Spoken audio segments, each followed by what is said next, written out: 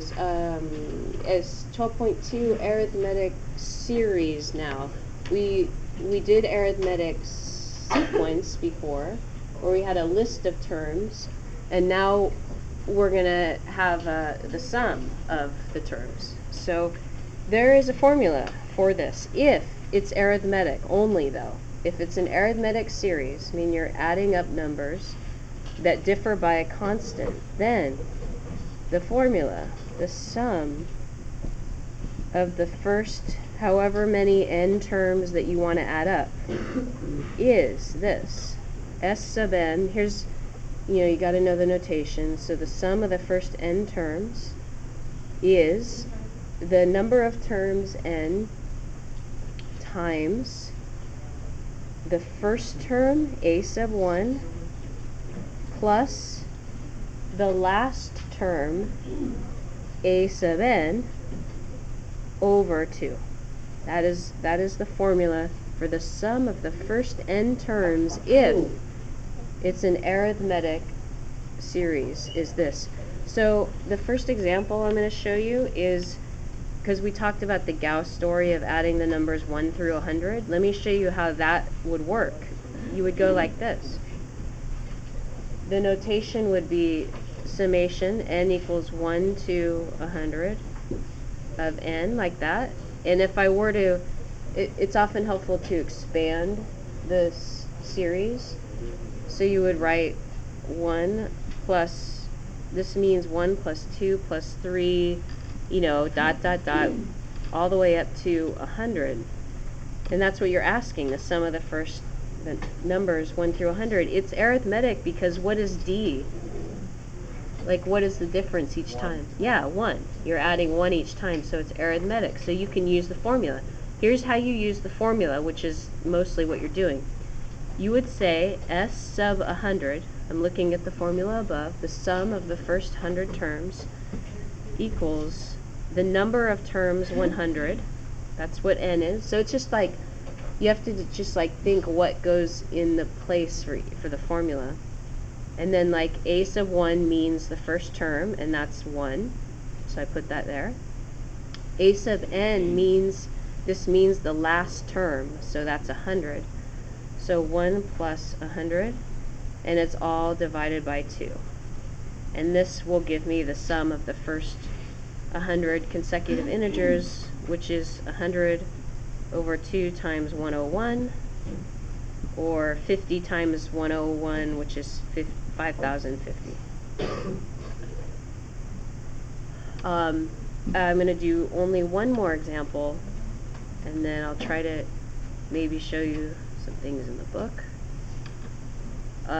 Let's try the sum of the first 12 terms, I can use any index number I want, from 1 to 12, of 2 plus 7i. Okay? So these are like the kinds of problems you're going to be doing. So it's really helpful to start expanding this first.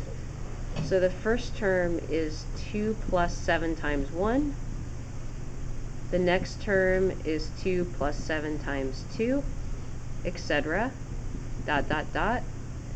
And we're going to need the last term, and the last term is 2 plus 7 times, what is the last term? What do I plug in? 12. Yeah, 12, because you go from I as 1 to 12. So just simplifying a little bit, because this looks difficult and it's not, that's 9. 2 plus 7 times 1, this is 16, dot, dot, dot, and the last term will be 86 if you just do the arithmetic.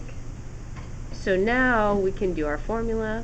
The sum of the first 12 terms is the number of terms 12 times the first term plus the last term all over 2.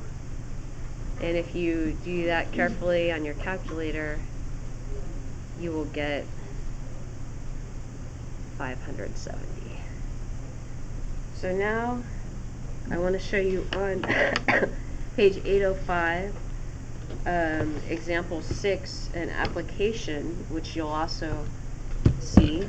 So here's House of Cards, which is appropriate because the new season is coming out today of House of Cards.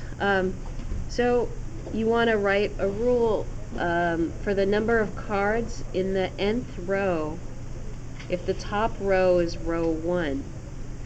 So that is simply a sequence of numbers, and the number of cards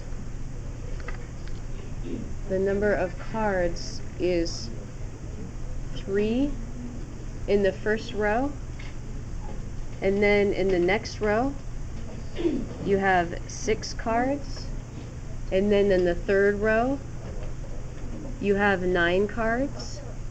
So the sequence is 3, 6, 9, 12, and it's arithmetic because you're adding 3 every time.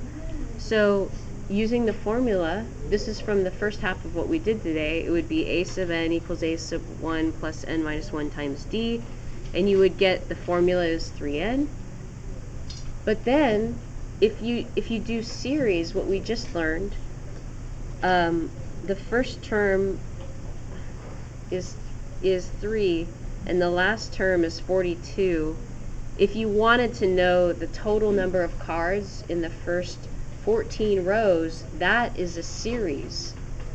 So you would use s sub 14 equals 14 times a sub 1 plus a sub 14 over 2, the formula.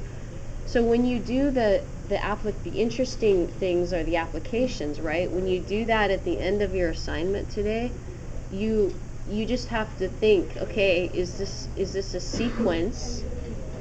And a sequence refers to the particular row number, or is it a series which refers to the total sum of all the cards up to that row? So it's kind of like that. So which one are you doing? But don't get intimidated just because you have to read some words. You just have to, that's where it gets interesting, is where you have to think about it and apply it.